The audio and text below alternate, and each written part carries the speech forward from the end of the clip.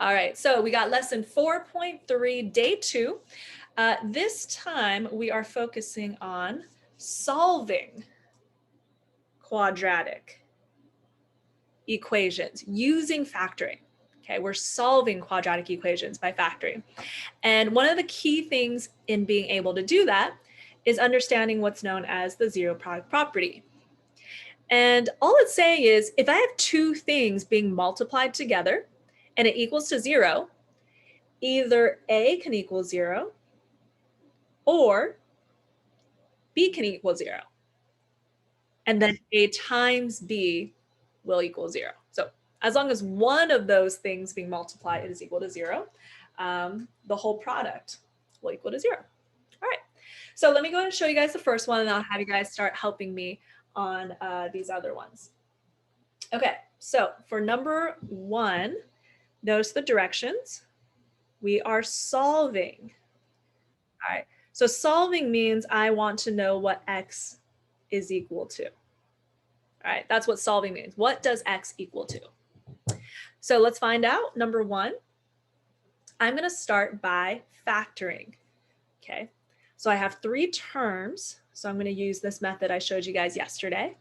X times x gets me x squared. I know 6 times 5 will get me that 30. One of them should be negative though, right? For it to multiply to be negative 30. So I'm going to go ahead and let's set 5 to be negative. It's an educated guess because that middle term is positive. I want to make sure the smaller or the bigger number is positive and the smaller number is negative. All right, let's cross and I get negative 5x plus 6x gets me positive 1x. So this matches my middle term. So perfect, that means I know that my first row is going to be my first factor. And my second row is going to be my second factor.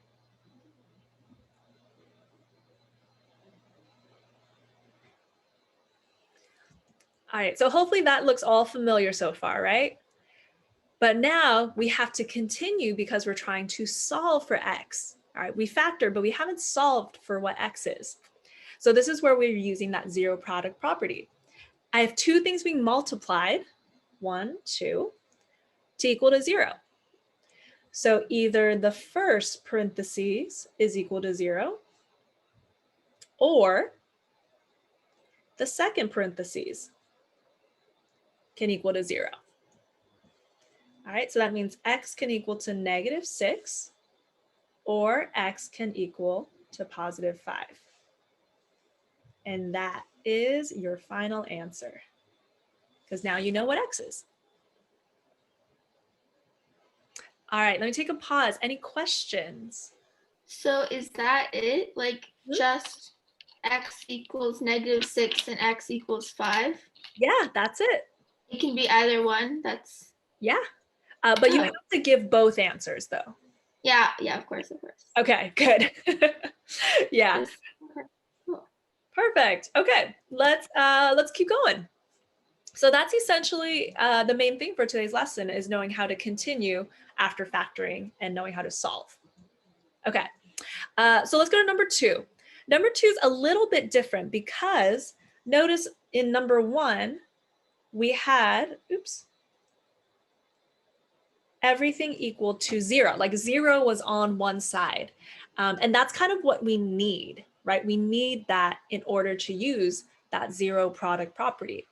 So I'm going to add 33 to start because I need 0 to be on that right-hand side. Okay, so that's your step 1. Get everything to the left, 0 on the right. And now we can factor. So I'm going to start asking people for help now. All right, so get ready. And let's start with Riley. All right, Riley, help me factor this on the left-hand side. Okay. So x plus 11 and then x plus 3. Oh, okay. Instead of x though, what's our variable? Oh, sorry, t. T. There you go. All right. So then, wow, good job, Riley. So he did it in his head. So he got t plus 11 and t plus 3. Perfect. If you guys can do it in your head, feel free. You don't have to show any work with factoring. Beautiful. All right, Riley, keep going. What do we do now if we want to solve? Make it two equations. So t plus 11 equals 0, and then t plus 3 equals 0. Good. So what is t equal to? Negative 11 or negative 3. Perfect. Nicely done, Riley. So negative 11 or negative 3. And if you don't want to write, t is equal to twice, you can put a comma in between, and that means the same thing. What happens to the 14t? Well, we factored it. So we got t times t gets you t squared. We have positive 11 and positive 3 multiplies to get you 33. And when we cross multiply and add, it equals to 14t. Oh, I see. Yeah, so the 14t tells us if we factored it correctly or not. Yeah, good question. All right, let's go to, I'm going to skip around. Let's go to number 5. All right, let's go to number 5. So help me out with this one. And let me call on Samantha. All right, Samantha, what would be our first step for number 5?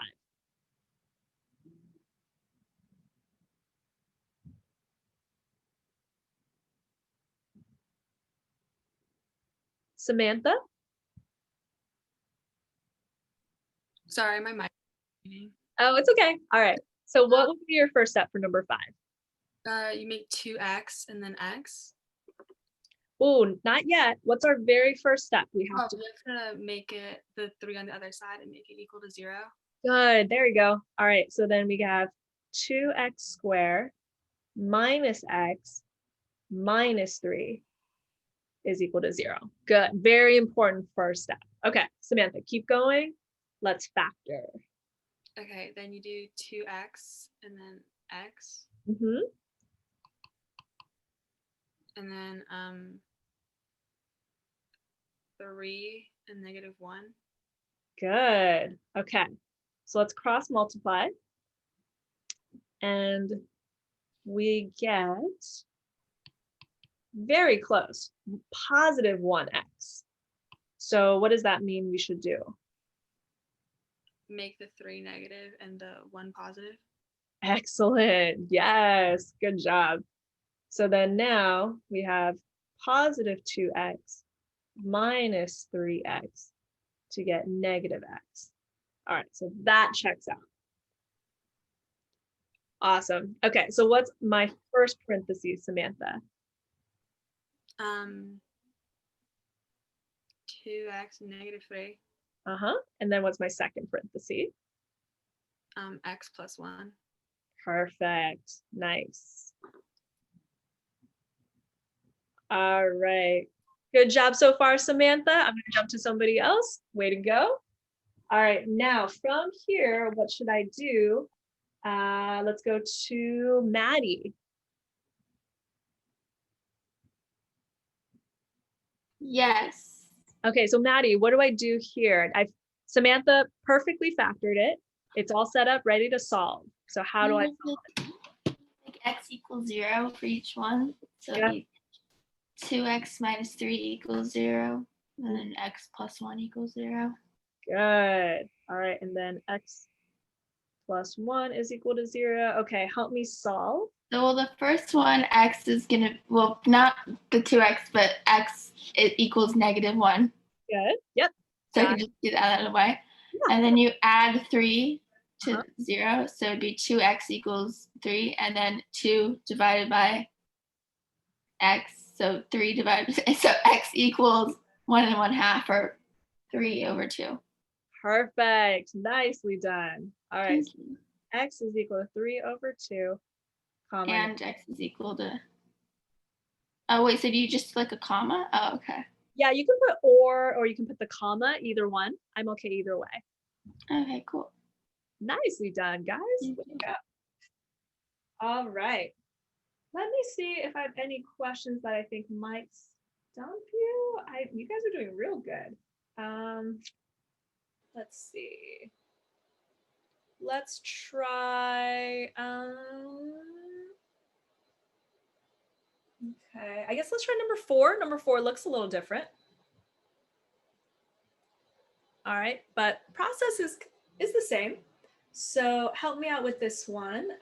Ethan, what would you do for number 4?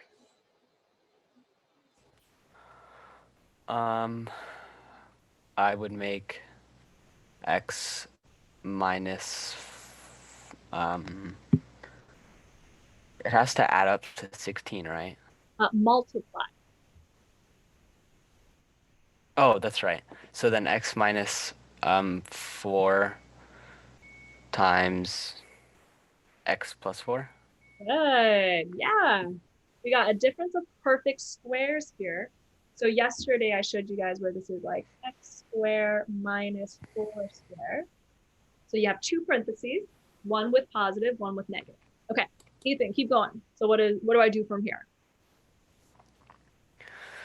From then don't you put it into the x minus 4 equals 0 and then x plus 4 equals 0? Good. Yes. And so x is equal to what?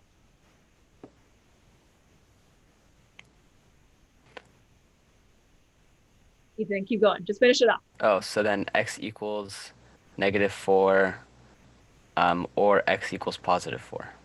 Okay. There you go. Good job, guys. Okay. I think you guys are pretty solid. I don't know. What do y'all think? You guys want to keep trying more, or you think you're feeling pretty good? Are there any questions there that you're like, this one looks a little bit tougher?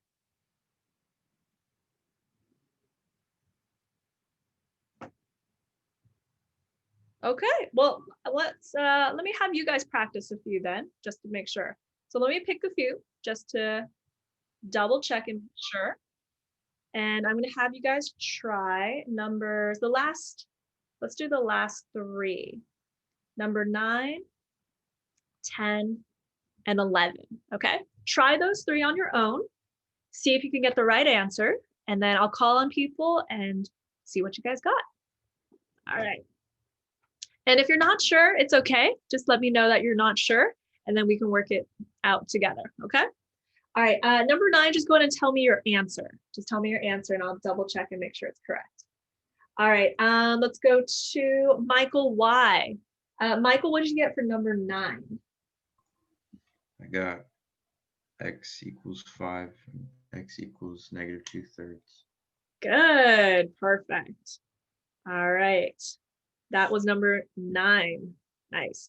And by the way, I put the answers for 3, 6, and 7 in case you wanted to use those problems for extra practice for the quiz on Wednesday. So yeah, you guys can copy those down if you want. All right, number 10. Thank you, Michael. Number 10, let's go to Jackson. All right, Jackson, number 10. What did you get? 6x plus 5 and then 6x minus 5. Good. And then, well, you got to solve it though. So what does x equal to? Because you factored it perfectly.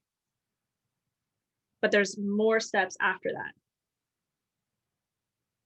5 over 6. I think. I'm still doing that right now. No, you got it. 5 over 6 or Negative 5 over 6. there you go. Got it. Okay, great. Good job, Jackson. Okay, number 11. Let's go to Yanni. All right, Yanni, number 11. What did you get? 2 over 3. Or I just put 2 over 3. oh, okay. All right, so this one was a little bit different. So you want to factor, right? So Yanni, when you factored, what did you do?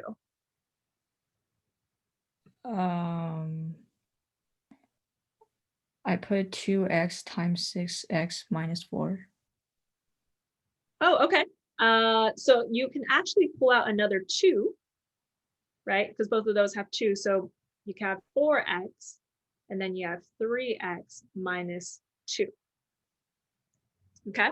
So when you get here, I see you got the 2/3 from this, but don't forget this. What makes 4x equal to 0? If x is equal to 0. what? 0, yeah. So that's going to be one of your answers also. So you got 2 answers for these. Okay, great job, guys. Any questions? Anything you want to kind of see done out? Okay. Oh, thank you, Liam.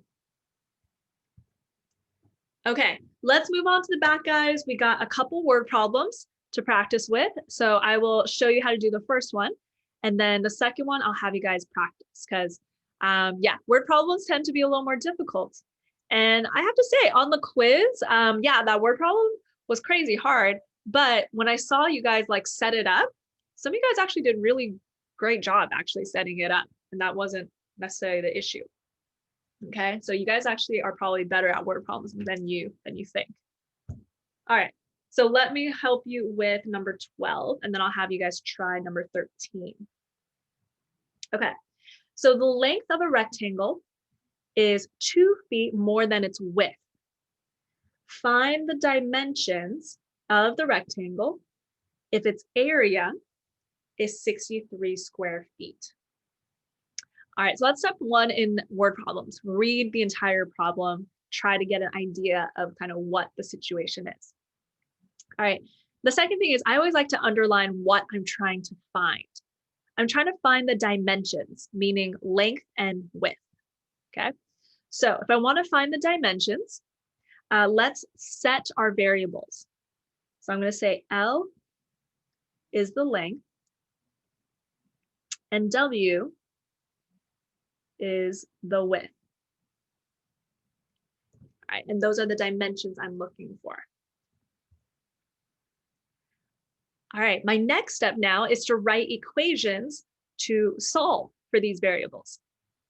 All right, so it says the length of the rectangle is 2 feet more than the width. So that means the length is 2 more than the width. All right, so that's the equation representation of that sentence. And the next thing I notice is that the area is 63 square feet. All right, well, area of a rectangle is length times width. So length times width is 63. All right, so that's all my information. And now I have a system and I want to solve for my variables. All right, so it looks like I'm going to use substitution because L is solved for. So I'm going to plug in my first equation into my second equation. And that gets me W plus 2 times W is equal to 63. All right, so let's distribute. So W squared plus 2W is equal to 63. And now it becomes a problem like the first page, right? Okay, so from here, I'm going to, actually, let me call on somebody. Let's go to Bowen. Bowen, what's my first step if I want to solve for W? W squared plus 2W minus 63. Good job, Bowen. A lot of times people just start factoring without setting one side equal to 0. So I'm glad you caught that. Okay, Bowen, keep going. How would you factor? So negative 63 plus. So we got W times W. What times what will equal to 63?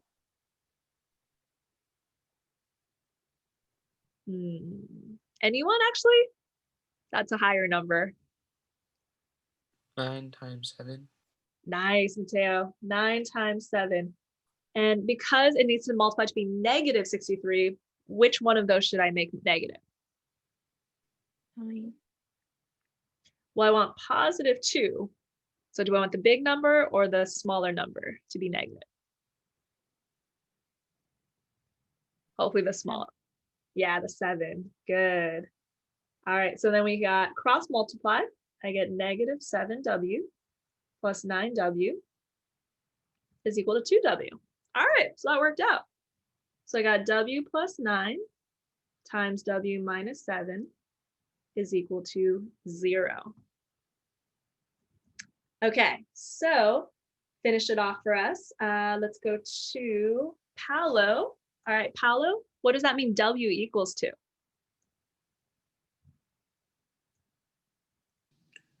Zero. Oh, so we want to set it equal to 0, but if w plus 9 is equal to 0, what does that make w? Oh, 9. Oh, careful. Not positive 9. Negative 9. Yeah. Okay, and what about the other one? If I set this to equal to 0, what does w equal to, Paolo? Would it be positive 7? Yes, good. Nice. Okay, now I have to go back and answer the question. Find the dimensions is what we're trying to do. Dimensions can't be negative, so I'm actually going to throw this answer out because it doesn't make sense for a rectangle to have a negative dimension. Okay, but if I have w as my width, I can go back here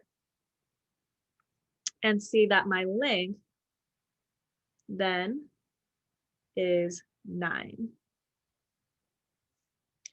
All right, so my final answer is going to be that it is a 7 foot by 9 foot rectangle. And that is my final answer. All right, any questions?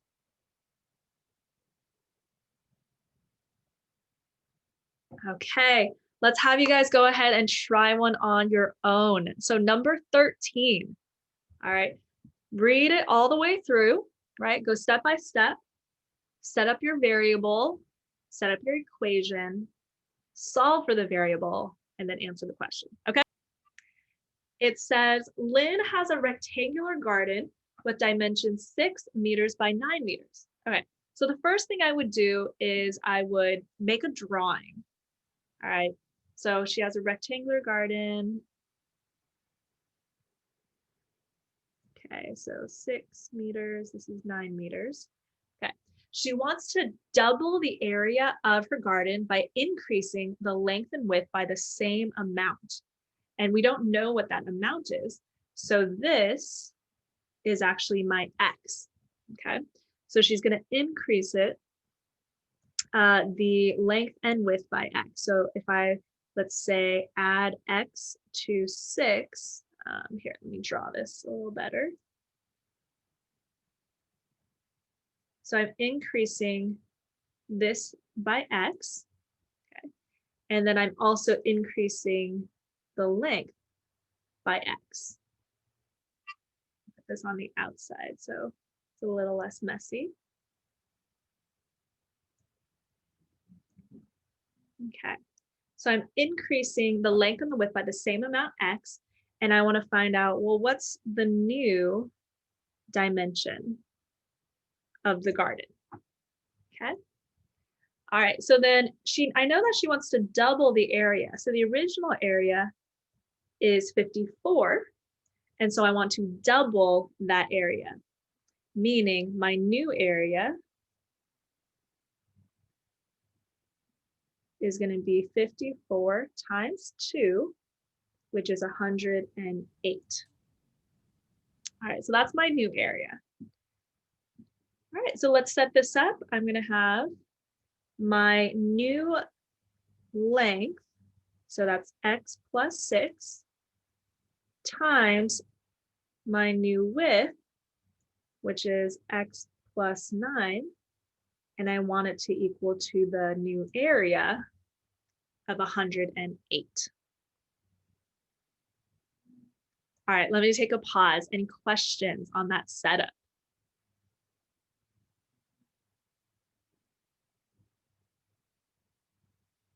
All right, from there, I'm going to FOIL. So x times x, 9 times x, plus 6 times x, plus 54 is equal to 108. I'm going to combine the 9 and the 6x to be x squared plus 15x. And I'm going to subtract the 108. So I have negative 54 is equal to 0. All right, and then x times x will get me x squared. If I do 9 and 6, that doesn't work. So let's try 3 and 18. And yes, that wouldn't work. All right, so since they need to multiply to be negative, one has to be positive, one has to be negative. If I cross multiply, I do get that 15x. And once you practice, you kind of cross multiply in your head, which is nice. All right, so I have x minus 3 and plus 18. Now, if I get x is 3 from setting this to be 0, and I get x is equal to negative 18 when I set this to be 0, I can't have negative, right? Because we're talking about adding a length. So that means my answer would be to add 3 meters to each of the length and the width. So going back to the question, what will be the dimensions of the new garden? If I add 3 to the 6, I'm going to get 9 meters. If I add 3 to the 9, I get 12 meters. So that is the new dimension of the garden. All right.